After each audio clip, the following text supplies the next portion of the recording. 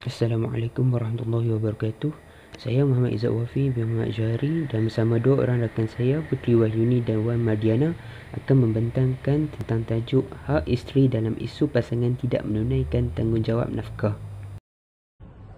Assalamualaikum warahmatullahi wabarakatuh.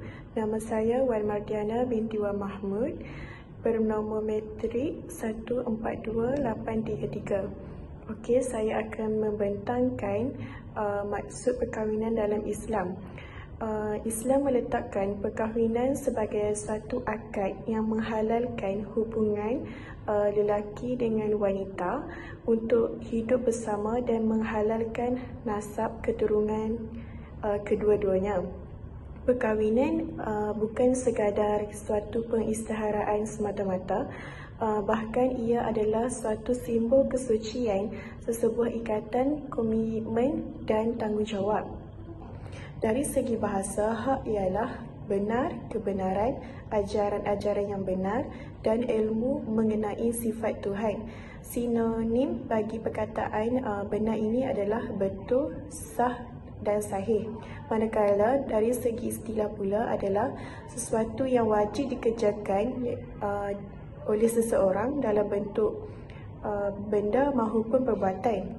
Dalil mengenai hak, firman Allah dalam surah Al-Baqarah ayat 228 yang bermaksud, dan para wanita mempunyai hak yang seimbang dengan kewajipannya menurut cara yang makruf. Akan tetapi, para suami mempunyai satu tingkatan kelebihan daripada isterinya, dan Allah Maha Perkasa lagi Maha Bijaksana.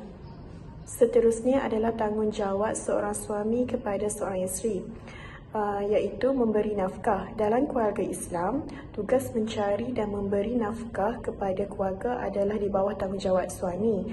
Menunaikan nafkah ini termasuklah daripada zahir dan batin, serta melayani isteri dengan keadaan yang baik.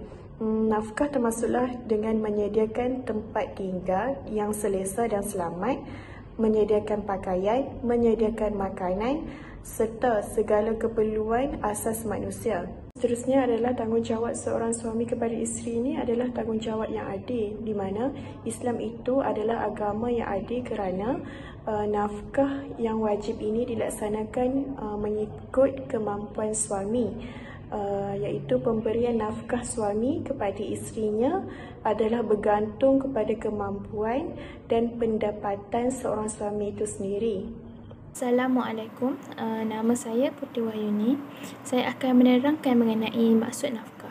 Nafkah ialah mengeluarkan belanja atau sara hidup kepada mereka yang wajib ke atas seseorang, sama ada isteri, anak dan orang di bawah tanggungannya. Nafkah termasuk semua perkara yang diperlukan oleh manusia seperti tempat tinggal, makanan, pakaian, pendidikan, keagamaan serta perubatan.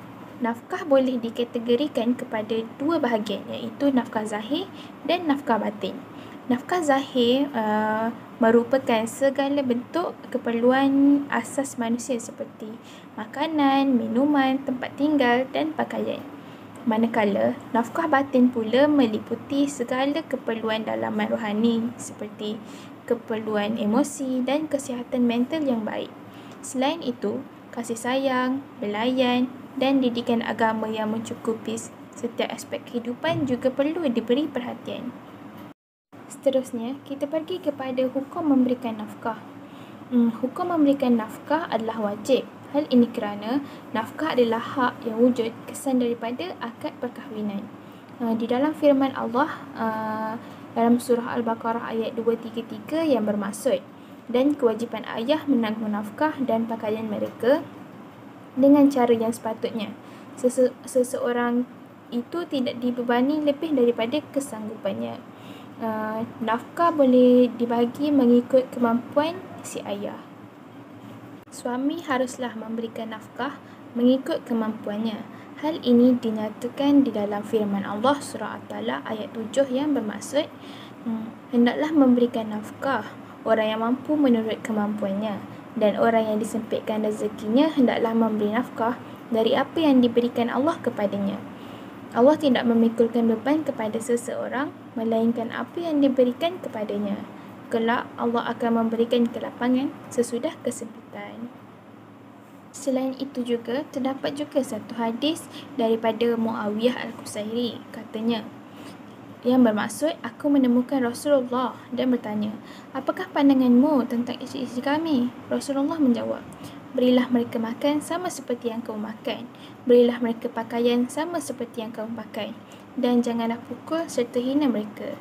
Hadis riwayat Abu Dawud. Assalamualaikum warahmatullahi wabarakatuh. Nama saya Muhammad Izzat Wafi bin Muhammad Jahari. Apakah tindakan isteri sekiranya suami tidak menunaikan nafkah?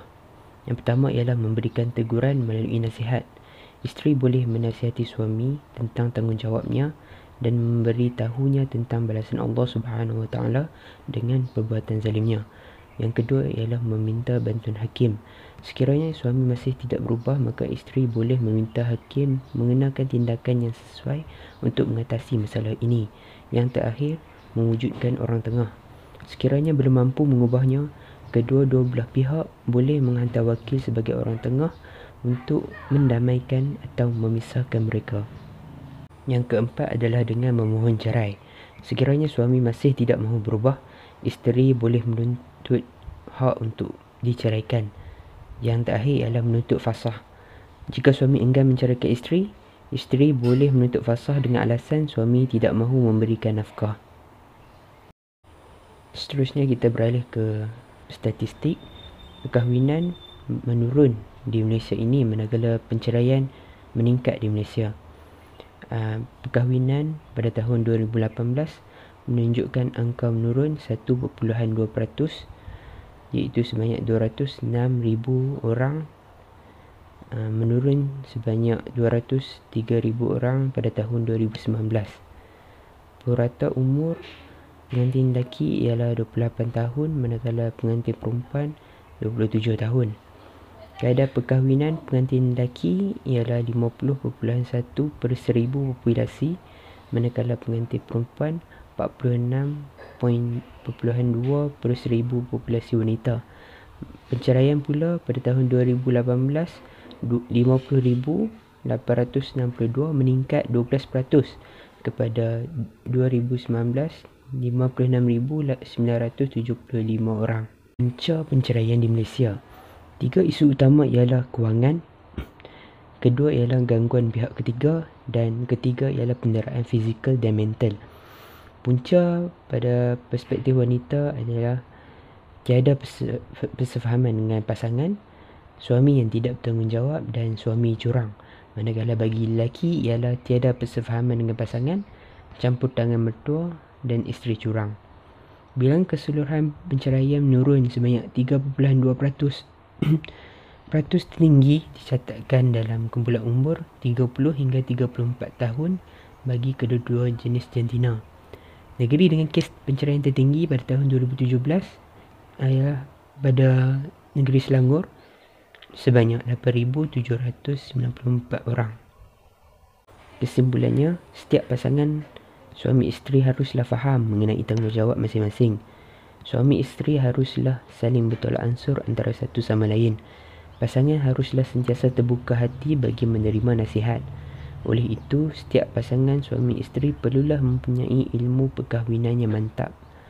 Hal ini kerana apabila ilmu yang sempurna diperoleh, hak-hak pasangan suami isteri itu akan lebih terjaga. Itu sahaja daripada kami. Sekian, terima kasih.